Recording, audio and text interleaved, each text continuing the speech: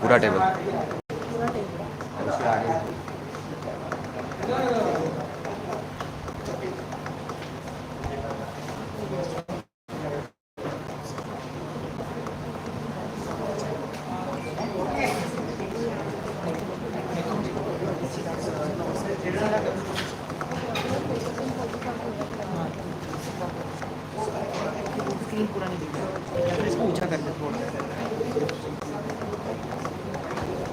सही है ना, मतलब हाइट तो स्क्रीन नहीं दिखी ना, पूरी स्क्रीन कटेगी तो अच्छा लगेगा video.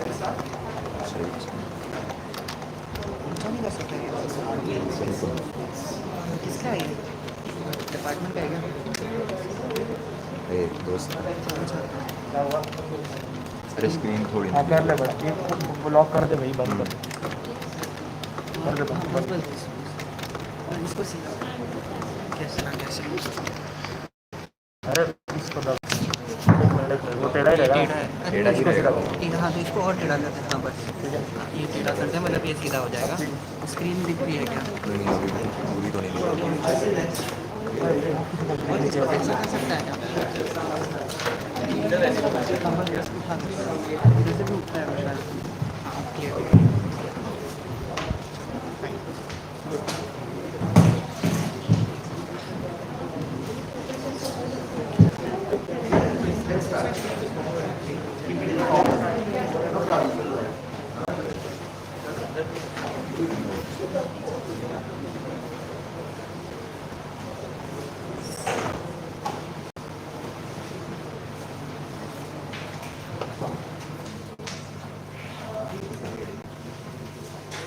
Good morning everyone. Thank you so much for joining all of us here. I am Khyati and I am the Joint Secretary Academic Affairs of the CHIA Council. Today we have a very distinguished alumni with us who is Dr. B. Prem Nath from the 92 batch of IIT Bombay. Thank you so much sir for joining us today. I'll have Tanika, the present Alumni Secretary, for introducing sir and then we'll begin with the session. Good morning, everyone. So we are honored to have with us today Dr. Premnath who completed his B.Tech from IIT Bombay in 1992 and then went on to USA to complete his Ph.D. from MIT. He is currently the head NCL Innovations and Director Venture Center. He is known for leading the BSC BioNEST Bio-Incubator at NCL Pune. He has received the Distinguished Alumni Award, IIT Bombay 2022. Congratulations to you, sir. Dr. Premnath is a startup mentor and has inspired many budding entrepreneurs by providing his valuable guidance. We are grateful to you for taking time out of your busy schedule to interact with us today, and we hope to make the most of this opportunity. Without further ado, I'd like to call upon Dr. Premnath to enlighten us about entrepreneurship and innovation. Thank you very much. Thanks a lot. I think since we are little, did I do something? Yeah, so the power button is there. I didn't touch. Okay, let's start nonetheless. So first of all, while this is coming up, let me just tell you about what I do. This particular place you see is the Venture Center. It's an incubator in NCL campus in Pune. It's home to around 70 plus startups at any given time. We focus on inventive enterprises and science-based startups.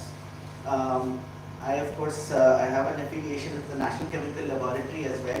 Set up a department called the NCL Innovations, focusing primarily on trying to find routes to market, taking technology to market.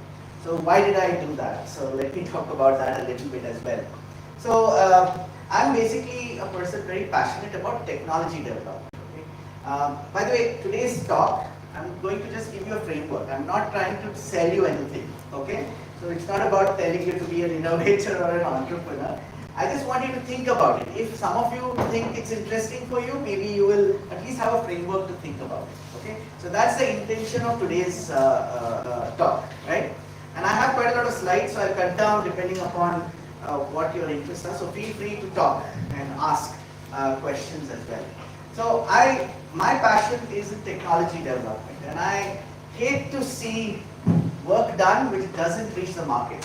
Okay, people have to use it, and especially since my work has been in the biomed field, it's even more painful because I think at the end of the day, any biomed person has to see products used by patients.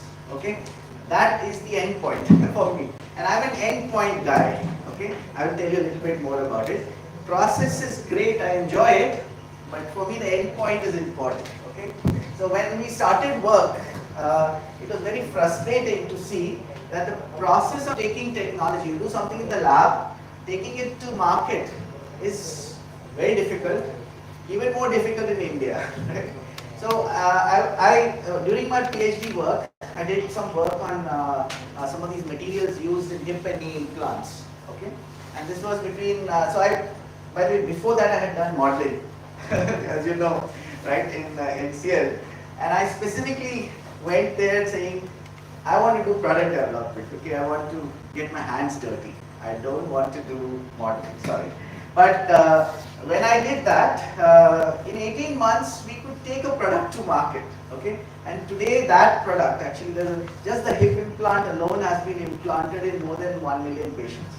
Okay, very exciting. it's very satisfying also. But I can also tell you that it had very little impact in India. Okay, all over the world it sells, but in India, you know, it was quite expensive to begin with, and I couldn't really make a dent. We tried similar things in India as well. We have done some implants for maxillofacial implants, and they are in the market. They sell. They are today also selling. Thousands of patients have got it, but it was not so exciting for me because, you know, we couldn't scale it up.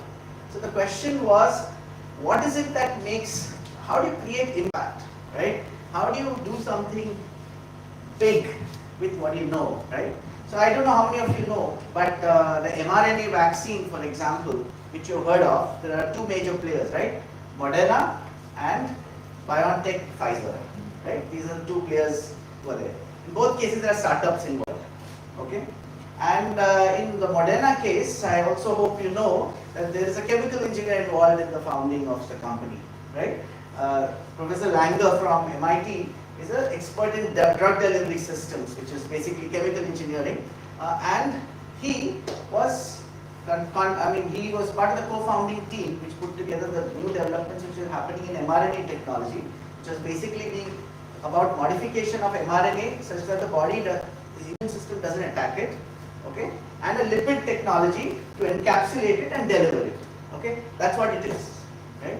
Now these two things, if you want to do it, of course there had to be an event like COVID to make it really go up. But that said, you know, you want to have an opportunity to scale, right? And there's a backstory behind Moderna of how that came about it. I won't have time to discuss it today, but if one of you want to read, there's a very nice article in Nature around October or September, which is about the history of the mRNA vaccine. So do read about it. Okay. So let's begin. So I'm going to tell you a little bit about the first part, which is discovering your careers. Okay. The reason I'm telling you about this is been talking to a lot of young people your age. My son is also the third year of chemistry, by the way, right? So this is a discussion which is quite pertinent, okay, and very relevant. So I just want you to, some of these thoughts are very simple, but we sometimes miss it, okay? And I just want to put in perspective innovation and entrepreneurship in that. And I'll of course use what motivates me. May not motivate you, but that's okay. There's no problem there. I'm just trying to tell you my example of what motivates me. I think the first thing you should think about when you're thinking about your careers is that I tell people that, do you spend enough time thinking about your careers or researching about your careers, right? Many of you have spent years getting into JE and getting here, right? How much time do you spend systematically thinking through your careers? And what do you do to really think about it, right? Is it just that somebody tells you, I did this in my career, or somebody else did this in my career? But what about you, right? My problem with why I'm bringing this up is it's a very personal journey. Okay, career decisions are not some things which you can duplicate very easily. Okay, and many of us are used to moving with the crowd, right? We knew we had to cross the JE bar, right? That was the thing that kept us at it. Now you were seeing your friends doing other things and you would think that's the next thing to do, right? And your role models are also very limited, right? You're seeing professors around, maybe fellow students around, maybe once in a while some alumni, right? But do you really take that effort to do it? So one thing I want to start off with, and there are a few simple messages. Consider having a simple notebook which just tracks what you think about, what some of these points about where your career should be going, right? So the 3 points I want to make here. One is that a very important part of your thinking in terms of careers is your internal exploration, okay, and self-discovery. So it requires you to reflect a little bit of what motivates you, why it motivates you. And as I'm going to tell you, this is very specific to a person, right? Your background, your family background, what happened in your history, what conditioned you, what made you think that this is important, not important, is all yours, right? It is very different from the next person sitting next to you, right? So obviously, it cannot be the same story for everybody, right? Now, but that self-reflection is missing. Many people don't do this, okay? It's important because at the end, you feel unsatisfied after chasing the dream. You run somebody else's race, right? And discover that you're headed to reach somewhere where you don't want to be, right? So this is quite important. The second thing is, of course, the external world influences it, right? And new developments are quite important to understand what is happening around you and so on and so forth. How much effort do we put there? We are so focused on our curriculum, on our class notes, right? That we don't look beyond it, right? Why not? Are we familiar with the latest developments that are happening, right? For example, maybe 2 months back, there's a company, there's a startup company in Boston, which has raised $1.8 billion, right, within 3 years of creation on nuclear fusion. Okay, right? Now, when I say that, what comes to your mind? Would you, as chemical engineers, have thought that this field is relevant to you? And why do you think it was worth that they could raise $1.8 billion? Were there developments that happened that changed the game? And do you know what those developments are? And is that relevant to your field or not? Even if you were getting into investment business later or consulting, you need to know these developments, right? How many of us spend time doing that? By the way, since I've told you, let's see how many of you Google it up. Okay, go and find out what changed in the last 6 months that nuclear fusion is hot, right? And by the way, this is that moment which people bet on, okay? Which you might be skeptical, some experts might be skeptical, but there will be some who will bet. I can imagine 10, 15 years back, Elon Musk doing the same about SpaceX, right? There must have been people joking about his future. He did take that decision, right? That it's worth doing. It's not just about NASA's or ISRO's doing it. We could do it, isn't it? So, by the way, there's a lot of chemistry, right? In fact, one of the very key persons in the Indian nuclear program was a chemical engineer called Homi Setna. Okay? Some of you should be aware of it as well, right? So, it's chemistry, right? And you can imagine what will happen if nuclear fusion takes off, right? Your whole renewable energy stories will change. Forget oil and gas, right? Even your solar, batteries, all these games will change completely if it takes off, right? So those are the things you should need to look out for. And the last thing is, can you do small experiments to gather those insights, right? Why is it that you have to only rely on other people's information, right? So what do? Some of you are doing internships, right? Those are experiments to explore some of those possibilities, right? So let me continue a little bit. So a little bit about internal exploration, and I'm going to take on a few topics which I'm not trying to be scholarly here. I'm trying to be very practical. So bear with me. So when I ask you what motivates you, right? There will be many questions you'll have. Different people will have different answers here. Okay. So is your career your livelihood? Maybe. Is to you the career access to resources, money, freedom it brings, buys what you want? Is it keeping your mind engaged and interested, right? Is it giving you satisfaction? You feel happy about the consequences of your work, gives you purpose, gives you a sense of worth, prestige, right? Or gives you a sense of continuous growth. So let me ask just a couple of them. How many of you are in this space out here? Gives you a sense of worth or prestige or respect or power. Gives you a sense of identity and recognition, right? One there. Any more honest answers? Come on, right? Only two? Three? So, you know, people say, for example, who are in the armed forces, right, might be motivated by something like this quite a bit, right? They have to understand that that's important. People who are in the creative spaces, right, are very often in that, including many professors, right? They would probably want to just be interested and keep their minds engaged. They may not value something else a little bit more than the other. How many of you want to be here? Lots of money. Very few honest guys out here, right? Okay, yeah. So you know, those are some of parts of the equation, right? So why don't you think about some of these things and figure out, if you could not have all of them, which one would you choose? Right? Important question. Please ask that question, and it's very important for your own career thinking.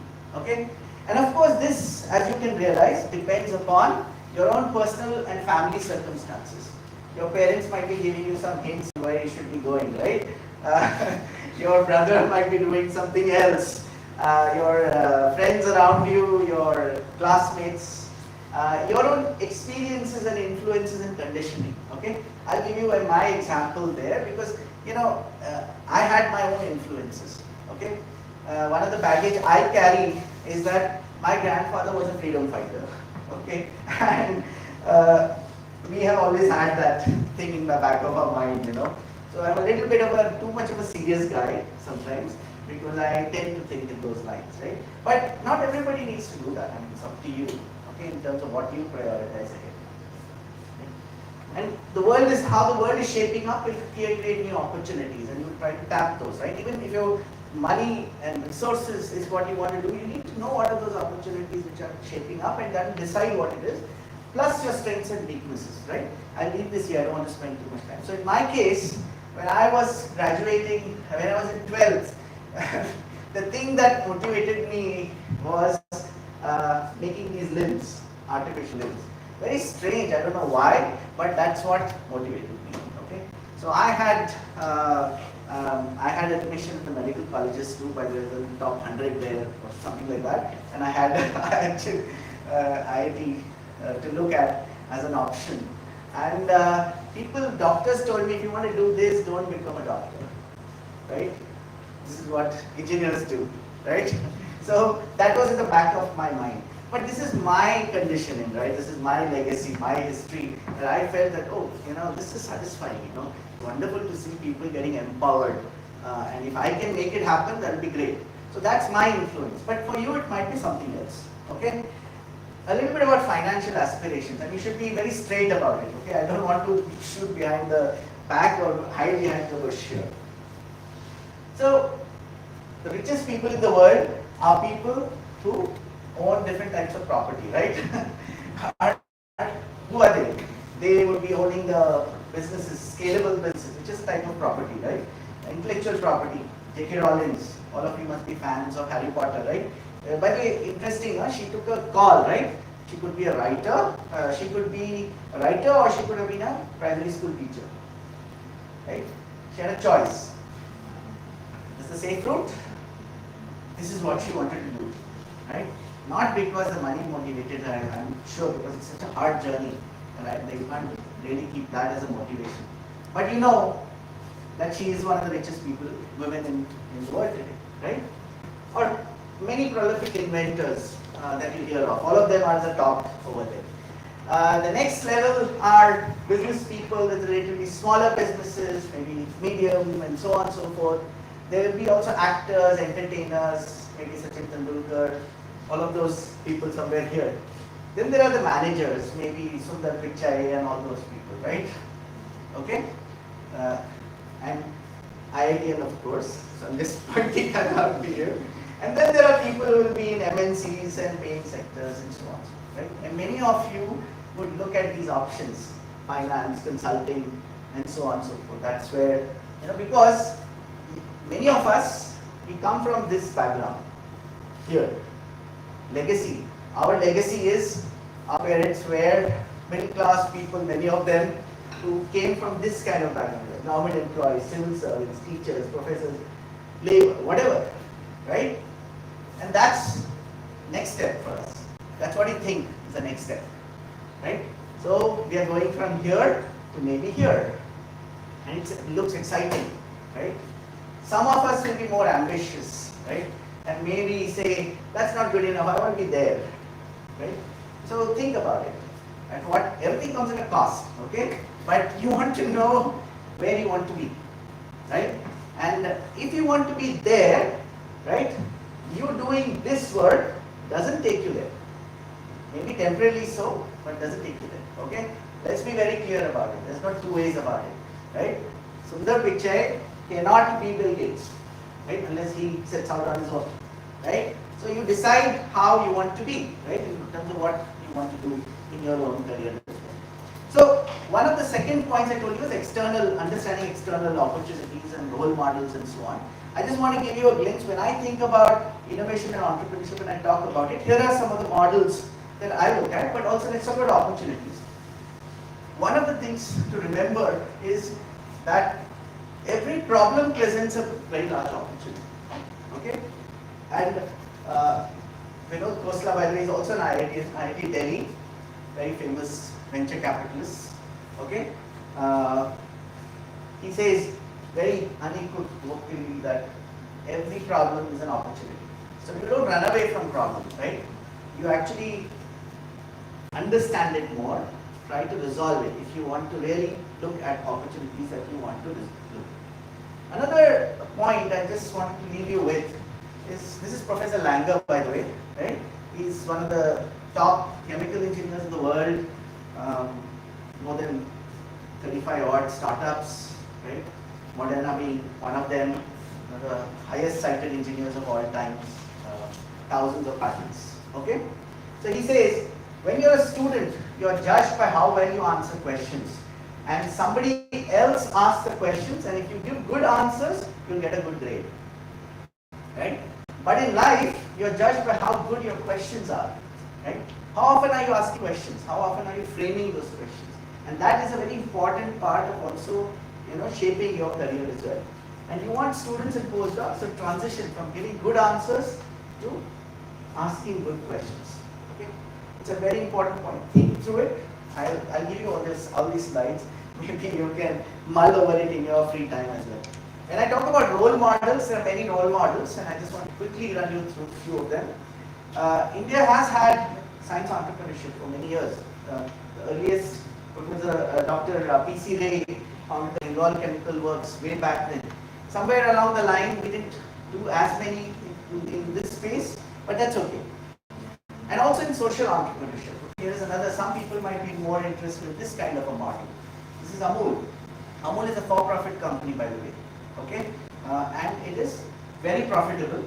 It has made so many farmers rich, and at the same time gives you very affordable products.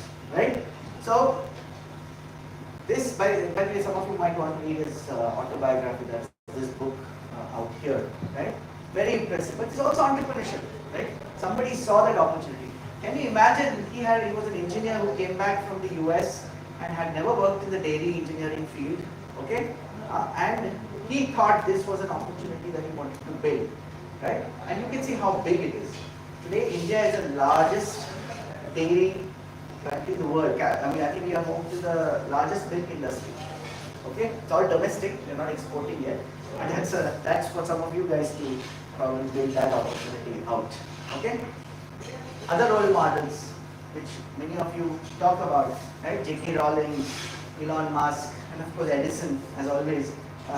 These are all people that maybe innovators and entrepreneurs might want to look at. But there's a new set of role models also in the domain of science, and which you should also consider, right? So here, for example, Frances Arnold, right? She's a chemi prof in Caltech, Nobel Prize winner for 2018, and a founder of several companies, several startups. Okay, Jennifer Doudna won the Nobel Prize in 2020. Okay, she is again a founder of several companies. Why are they doing it? They're all doing it because they want to see their science get somewhere. If big companies are not willing to come and not willing to see that opportunity early enough, then what do? Right? You need to figure out a way to take that opportunity out there. It's increasingly happening, and of course, many of these are there. I don't want to go through all of them, but this brand, of course, is familiar to all of you, right? Bose speakers, right? That's Professor Bose was a professor at MIT actually, and Bose Corporation is today controlled by MIT. You wanted to say something? Question and answer. So give me just a couple of minutes. And of course, there are all these other role models in today's world as well, right? During COVID, we saw all these names, including Krishna Ella, Dr. Reddy is actually an alumnus of NCL, so I have him over there. And of course, people like Kiran Mazumdar, Shaw, and Poonawalla as well. So just a few things from this session, which I just thought I'd put down. Try thinking through this career notebook. Please try it out. Some of these thoughts are very simple thoughts, but you might find it interesting. It's a very personal journey, so try to find out what you really wish to do, and that requires a little bit of reflection and trying to align it with that. So anyway, before I go to the next, can I take another 5-10 minutes and then? Okay. So a few thoughts for considerations for changing your mindset, okay? And this mindset I'm saying because you all of us come with a certain mindset, so let's look at a few ones. One is businesses, by their very nature, or they create productive assets, okay? So a typical business involves a productive asset. You put some resources in and get something value added at the end of the day, right? One asset you have is your labor, right? But is that the only thing you want to trade? Because if you see that as the only source of value, you are limiting your scope. There's more. So a company or a factory or a product is an asset, it's a productive asset. An invention is a productive asset, right? Example of Edison, how he created value. Books, also productive assets. Any kind of property is also productive asset. So you might want to think, are you stuck in this mode where you're only thinking of the asset as yourself, and you are trading your labor? Okay? I hope that's good. Okay? Another thought. When we learn sciences, okay, very often you will find that you're learning many bits of pieces, right? And they are all small parts. We forget to assemble them together into something bigger, right? So George Whiteside is a professor at Harvard, and he is also a very famous scientist. So he says, he's talking about chemistry, and he says, chemistry by its very culture has been almost blindly reductionist. Okay? We think in small bits and pieces. We think of ourselves as experts in quarrying blocks of granite, right? We have not thought it our job to build cathedrals from them. This is another problem I also see when, even in chemical engineering, when you're learning different topics, right? You need to put that extra effort to think of these cathedrals and not merely these blocks. What you're learning are the blocks right now, okay? And you need to think of what cathedrals you can build. And there are fantastic things that chemical engineers are doing today, and you must understand that be it health, be it energy, be it environment, right? The one field that's going to be very, very important is chemical engineering, okay? The question is, do you want to think of it as just a little bit of thermodynamics or transport phenomena you learned, or the big thing like an mRNA vaccine for COVID that you wanted to build? That mindset you have to think through as well. And creating those thoughts requires a little bit of creativity, okay? And that doesn't necessarily come by just looking at the dots separately. You need to know how to connect the dots. You need to think, aggregate and synthesize things together, right? Dots are all the same here. Somebody saw this figure out here, somebody did not, okay? So how you connect those dots is the creative aspect that will create value for you, okay? And that is very personal. That's what I'm trying to tell you, right? Another mindset issue. All of you, when you were coming here, you have to do well in all your subjects, right? Is that really required? And so Ramanujam, interestingly, so apparently he failed in English and Sanskrit and did not turn up for some of his other exams because he only liked solve the problems he liked. Okay, that's what he wanted to do. Okay, so you might want to think when you're shooting for excellence, right? You need to rethink. And it's also another message to people who, if you're not done well in all your subjects, doesn't mean you will not succeed. Okay? Trust me, in my batch, there's a CEO of a Fortune 500 company. Today, probably one of the most successful in terms of business, right? Who really did badly all through his 4 years at IIT, right? He's today a Fortune 500 company CEO, right? So don't assume that you're limited by whatever has happened so far. There's also this value in patience and sustained efforts over a period of time. Many of these career decisions are not a matter of doing it in 1 year, 2 years, 3 years. It is something which you build over a very long period of time, okay? And something which you must consider as well. So that's why you need a plan. It is not just about the sporadic up and down that comes and goes. It's about having a longer term plan of building something over a period of time as well. And finally, you need to have the courage to walk alone, right? If there's an opportunity you see, don't assume that everybody else will also see that opportunity, okay? And it invariably happens that that is not so. And therefore, you will end up having to learn to walk alone, but you must have the confidence and you must build the confidence by doing your own hard work to understand that this is something I think is going to work, I'm going to go after it, right? Rather than leave it there. So I think that with that, we can do that. This, I guess I forgot I had a couple of things.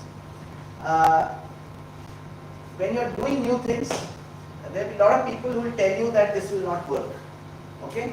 And that's very common. It's well known. Even Einstein has talked about it. Okay, learn to build confidence around, build confidence. I'm not being foolishly confident. Build confidence around some of those ideas you are trying to do. Keep your mind open. Don't shoot down ideas too soon. Okay. Also, to do new things, you need to be dissatisfied. Right? It's not important. It's not okay if you're very comfortable and happy with what you're doing. You have to have a little bit of unhappiness to be able to, do new things, change the world, create new things, and so on. And final point is intangible assets are going to be the big thing in the future. It already is. So this is a graph which shows 1975 and 2018. These are the top companies today, and these are the top companies at that time, right? The blue represents the intangible assets, and the gray represents the tangible assets, okay, of the company, which of the share of value. You can see that today's value is intangible. It is not tangible. It's not like a physical factory. It is not like a number of people out there, right? It's intangible. It's about ideas. It is about goodwill. It's about intellectual property, and so on and so forth. So this is going to be the norm, right? And you need to understand that it's going to be, that's why J.K. Rowling is so important, right? She also represents intangible value, okay? So one will need to build that increasingly over a period of time. Okay, questions, over to you. Thank you so much, sir. It really was an insightful talk, and I hope all of you also liked it. Could we have a round of applause, sir?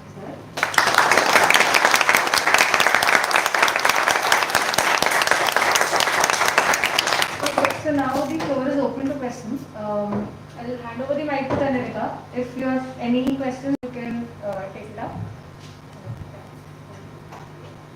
Sorry, I didn't take this up, but it's okay.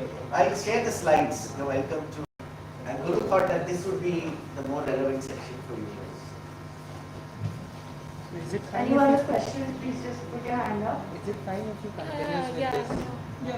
No, it's okay. Any questions at this time? Because I think they have to also wind up at some point. But I'll try and take it up. But any questions at this point? Any comments? Okay, so how many of you are going to stay in chemical engineering? Okay, there are some. Good, not bad. How many are not yet sure? Okay, good. And how many have already made up their mind or on to something else? Okay, good. So I think if I just want to, I could give you some examples of where, how Chemi interfaces with some of this entrepreneurship and so on and so forth. But we can also do that separately. But for those who have not made up their mind, right, I just want to point out that I'm not selling entrepreneurship here, okay? It's not everybody's cup of tea, right? But the process of innovation is about solving problems, okay? And that goes much beyond that. So entrepreneurship is one vehicle of taking ideas which are innovative to market. But innovation is a process which goes bigger than that, right? You can do innovation in many other ways as well. And the whole idea that you're solving problems is so central to many things in life that it is quite critical, okay? So you might want to consider that part of thinking about innovation rather than only entrepreneurship as the career goal. But some of you might be keen on doing it, okay? So what do you want me to do? Can I take another 10 minutes? Or you're done? So I think someone has a question. Yeah, good.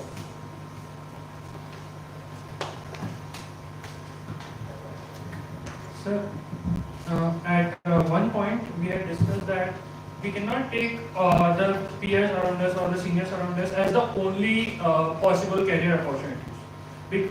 But at the same time, those are the only source of role models we are having. So how do we explore other possible opportunities which are available in the market? Yeah. So when you talk about role models, no, you're thinking only of those who you can closely interact with right now, right? So the question is, can you expand your networks to be wider than that? And how do you do it? Okay? So I typically give people this example that suppose, let's say, you're running Mood Indigo, right? Wouldn't you be meeting so many artists, right? You'll be meeting a much larger world around you. If I run an event on entrepreneurship, don't you think I'll be meeting so many entrepreneurs around me? When Guru is introducing all of you to many different careers, to alumni right now, you're meeting so many people, right, and hearing about it. There's so much happening around you, right? So why do you want to limit it to only the people that you have close contact with? And what's the need to do that, right? So plus, you can take some extra efforts to do that. So nobody, there are many situations where I have found that if you say, when you're choosing your internships, do you choose your internships with that in mind? That these are the kind of people I want to meet, I want to learn about? Or do you take a view that, you give me a job in a particular domain? Is that the objective, right? So just think about it a little bit. I think there are many ways to meet a lot of people. We are lazy sometimes. We don't go around looking. And that is a problem. Even like not-for-profit worlds, I told you about Bhumi Shetna, right? How many people would have tried to go and meet him when he was alive? Not now, but I'm saying that kind of thing. So there are many such opportunities. I think you can do that. It's not, don't limit yourself to just your classmates and so on. Your world is very narrow that way. The alumni world is much larger, and there are people who have done lots of different things, so that's great. But that also is still limiting. Okay? Certain if all your recent alumni have all gone into finance and consulting, we might see a very limited view of the world. Right? That's what it is. Anyone else? So, with bigger companies already in the market, how will startups survive? Wouldn't that require an exceptional innovative idea? Yeah. So one of the interesting things I should tell you is so what is the genesis of a startup, right? Very often you will find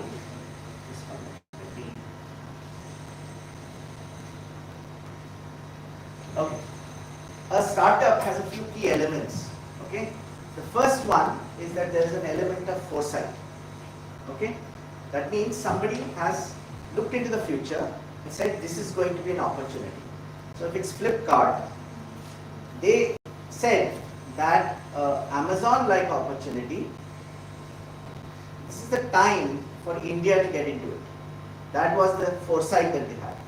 If it is Elon Musk, he said that there is a commercial space opportunity available, right, which is not just limited to the NASA's and the ISRO's of the world. Okay. Another common example I give. There were two people who bet on the future of personal computers in the world. Right? At that time, the biggest computer company in the world, IBM, used to think that it was only mainframes that will fly. Today, all of you are using personal computers, right? Laptops. Who are those two? Steve Jobs and Bill Gates. Right? One bet on hardware, another bet on software for personal computers, right? At that time, right, nobody thought there was an opportunity there, right? So the element of foresight is very important. Now, why do big companies don't see it? The reason the big companies don't see it is because when that idea comes to somebody's mind, it is a very small opportunity to them, right? It looks small. They know it's going to scale, okay? But it looks small, and thank God it looks small, otherwise the Tatas, Birlas, all will be chasing that same problem. And once they start chasing it, you are out of it, right? So you want to get there before. So Aether, for example, it's an IIT Madras startup, right? I remember talking to them many years back when they were IIT Madras students, okay? Nobody believed them. They were asking, Naya kya hai? Why will Hero not eat you up? Why will Bajaj not eat you up? All these issues came up, right? Here there were two guys and their professor betting on them. Professor actually put in money into the government, right? Into Aether Energy, right? Today they have a place for themselves in the EV space. At that time nobody thought EVs would fly. Nobody thought you could beat them, right? So this is another very important element of it, which is that there is foresight. It looks small in the beginning and it grows very rapidly, but that growth is foreseen only by the few people, and others, everybody else thinks that they are fools, right? So most entrepreneurial journeys are very lonely. You have to have the courage to walk alone, okay? And you have to convince yourself that it is indeed something which you want to pursue, right? And that's going to become big at some point. Now, because it's small and becomes very big, right? It is scalable, right? That's why when you go to entrepreneurship meetings, they tell you it's a scalable business, right? If it has to grow rapidly, okay? The only problem is you don't know when it will grow, when it will take off, okay? So that's why you have a graph like this, which is called a hockey stick in this business, okay? Which is that you are on the low for a fairly long period of time and then it takes off, right? So for Moderna, it happened during COVID. For SpaceX, it happened a little before that, okay? For EVs, by the way, one of the companies which we has now a very large network of battery swapping stations, okay? Those guys, when they started, one of the senior people in the government, okay, who was very influential, came and said, you know, what's the need for battery swapping? You can do fast charging, right? You'll be able to do very, very quick fast charging, no need. But he stuck to his ground, right? Right now he has a network which works, right? So this is another important characteristic. So thank you for bringing that question up. One other point I want to tell you is that because the entrepreneur, one more mindset issue which I want you to think about is, of an entrepreneur is, the entrepreneur doesn't say, मेरे पास इतना है, मैं इसके साथ क्या कर सकता हूँ. Entrepreneur says, मुझे ये करना है, मैं इसके लिए resources कहाँ से लाऊँ. Understood? Everybody understand Hindi here? Any South Indians here? Okay, right? So there's a mindset difference over there. Now that mindset is very, very important to shift even in other careers, by the way. Even if you are in other professions, you need to think about it. But don't limit yourself by the resources available at your disposal. You have to go and raise those resources. It's the strength of the ideas that take care. And this is a very important part of why. I think Guru will also tell you, if you go to Reliance today, if you're working for Reliance and you tell them, here is a new business I want to build for Reliance. The question you will get is, in 3 years, can you show me a $1 billion EBITDA? That means, can you show me earnings, profits of $1 billion? If not, don't talk to us. Right?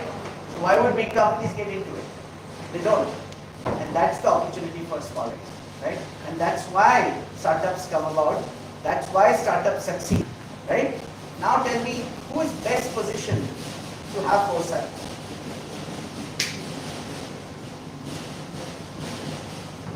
Foresight is what?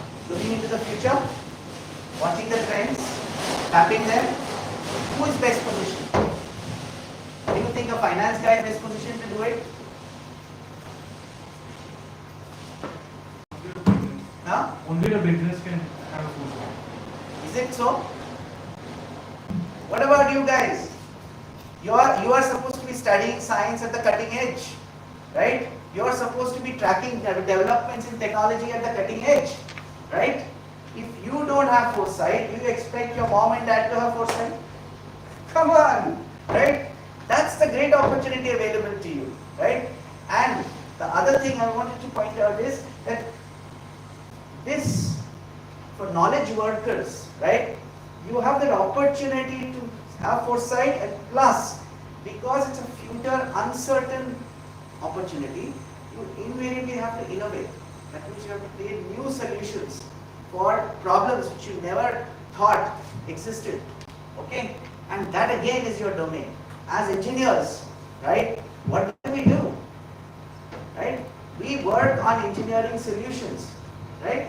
And those solutions are the future. So the heart of businesses is problem solving. So is the heart of technology. Okay? There's a problem and there's a solution. And that is that's the essence of any kind of business that you build. Okay? So this problem, solution, meeting each other, people like you who connect it cleverly and come up with new ideas. Okay? And that creates value. Okay? Now, when you are learning in chemical engineering, very often you are learning pieces of the solution, you will see. Right? So, you learn how maybe that a toothpaste needs to flow. It's a small element of it. It's the brick. Right? You will know quantitatively to design a better toothpaste with that. Right? But you may also be able to use the same knowledge, okay, to build a vaccine or to build something more that you think is more interesting. Understood? So, you are learning pieces of this. Another thought for your career is, many of you should also explore, if you're excited by certain problems that you want to solve, climate change, you want to change something in energy, right? Like the nuclear fusion guys that I talked to you about, all of that. You're looking at those problems and seeing what are the new solutions that you can cobble together, right? Even Ola, for example, that started out of this campus, right? What did he do? Right? He thought that time was right for India to go in for an Uber-like app. Right? Others didn't bet, he bet. So he connected the dots at the right time. That's what he did. Okay? It's a business process innovation, it's not a technical innovation. It doesn't matter. Solve the problem, right? All of us use Ola, right? So the same thing applies out here, and this I think is what is the great opportunity in front of all of you. Okay? If you go and learn some of these things, you will be able to build on it over a period of time, right? I can tell you for sure, nuclear fusion thermodynamics is going to be important.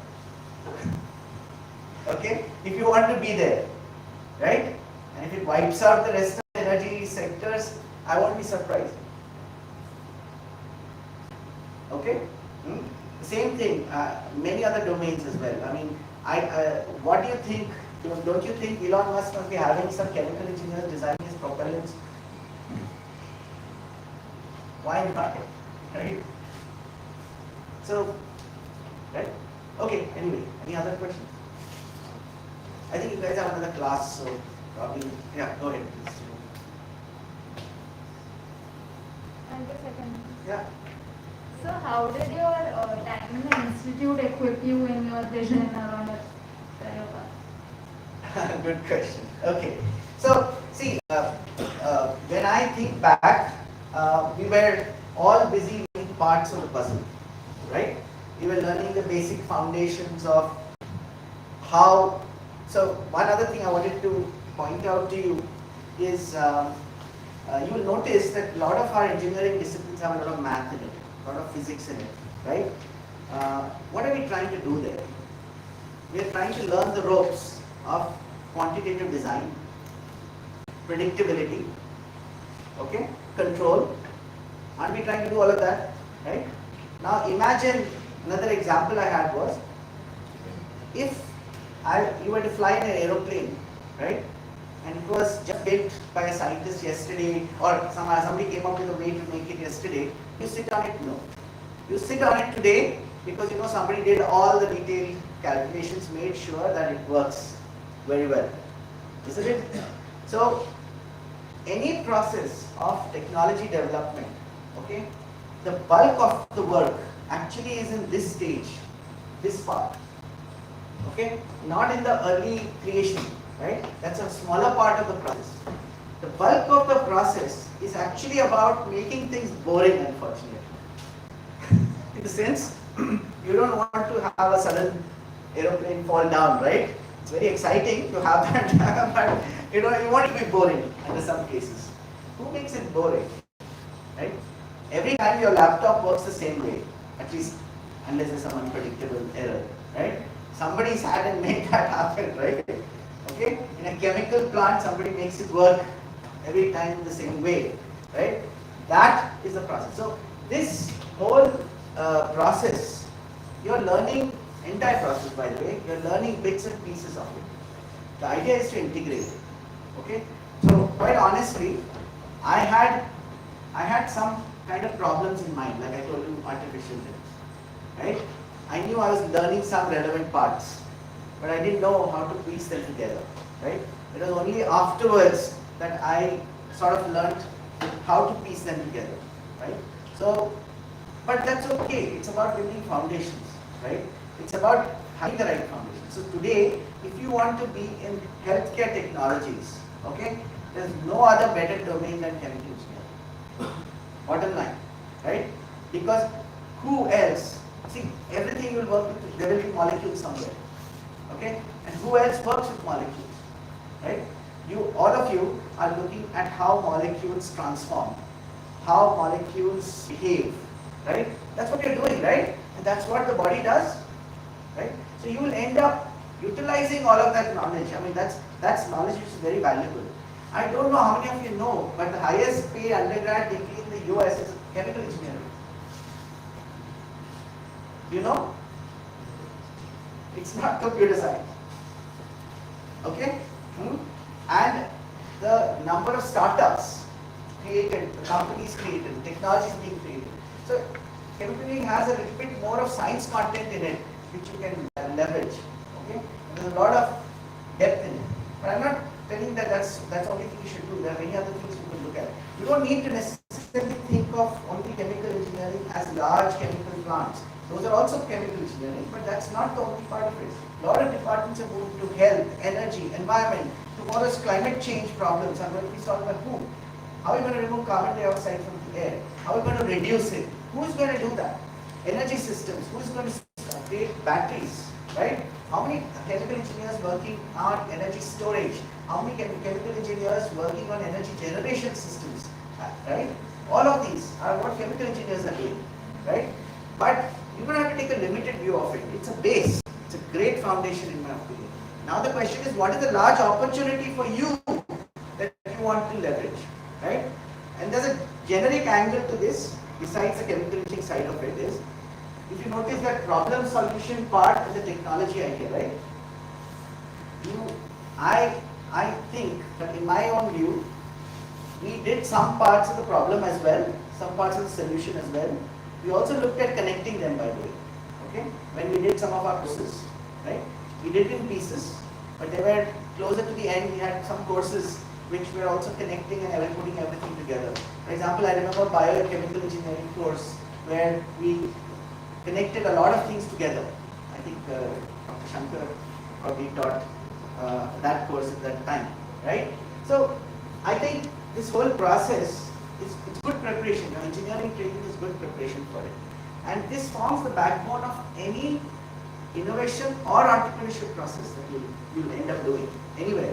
And entrepreneurship, I don't mean just a new business, okay? Even if you're in a big company, take Reliance for example. Do you know recently Reliance has bought a company in sodium-ion battery technology for more than 100 million pounds.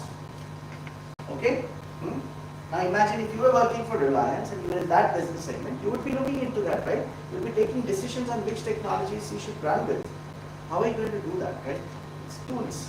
That's going to be very, very valuable, right? If you're in finance or if you're in consulting, you know that the biggest determinant of how shares move is probably technology, right?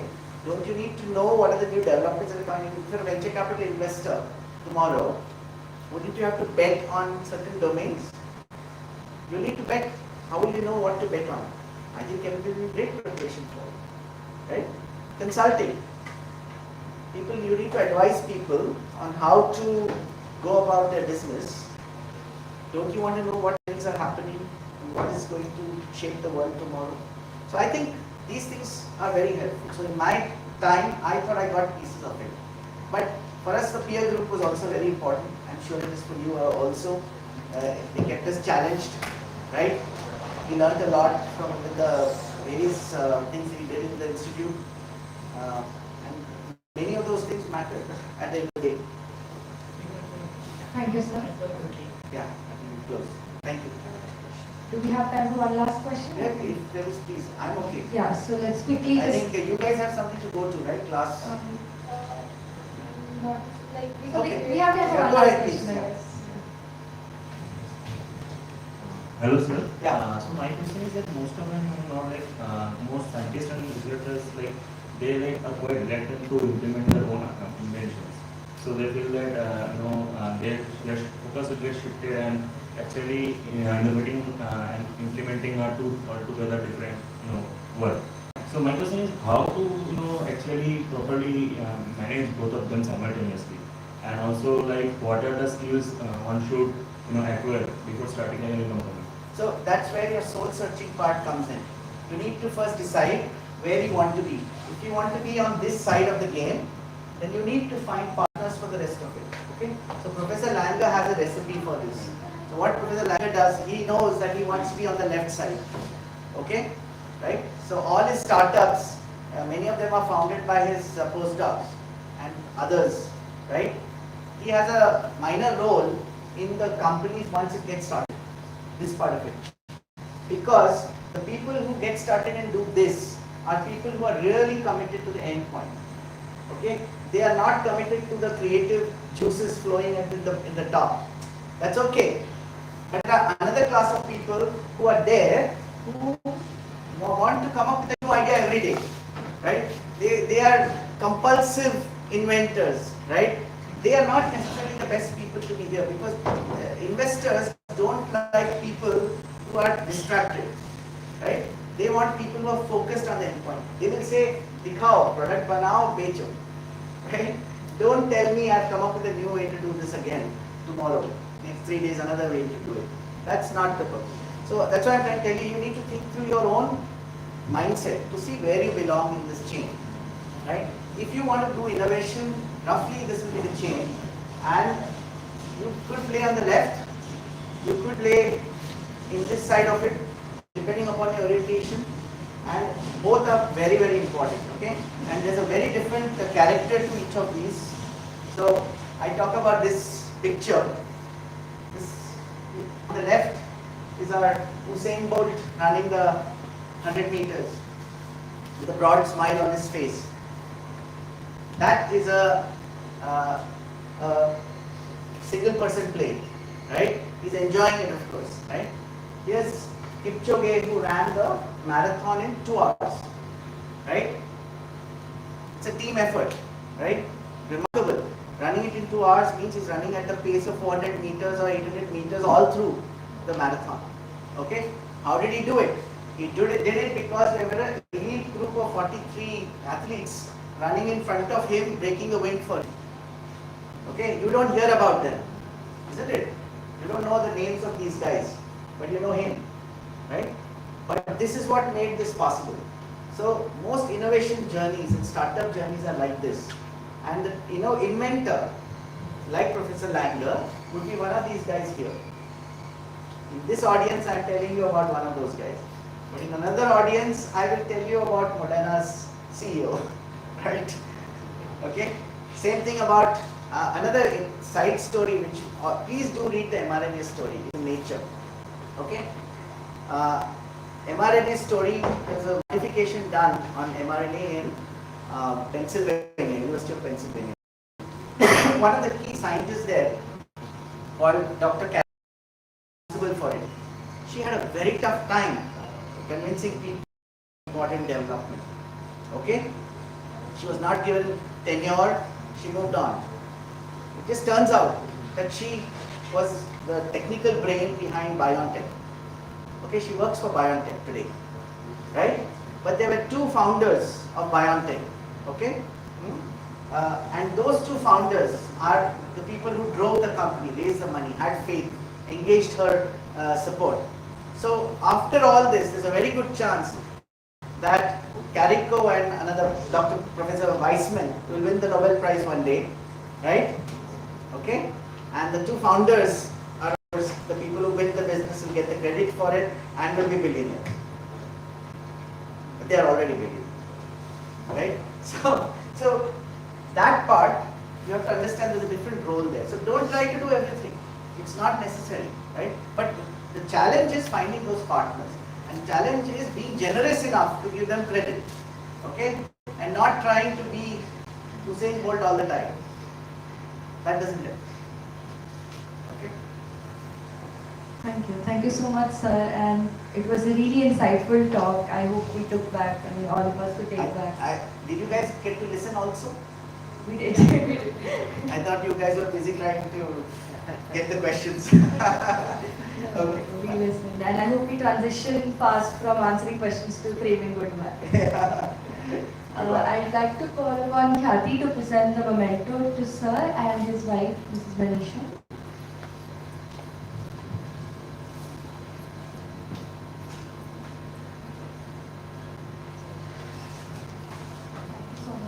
Thank you very much.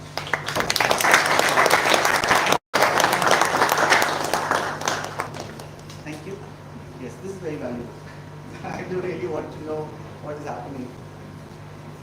By the way, I will share my slides.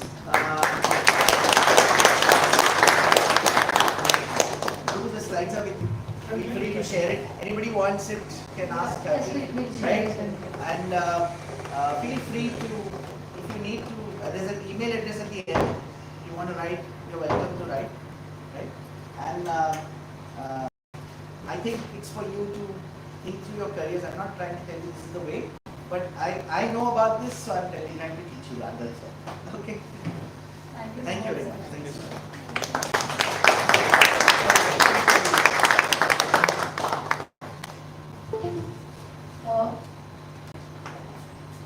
the students, please take your refreshments before leaving. Receive the diet. Okay, please go ahead. I thought there's a bigger rush in IITs. Some food is announced, there should be some rush. That means you're getting good food in the cafeteria or the hostel.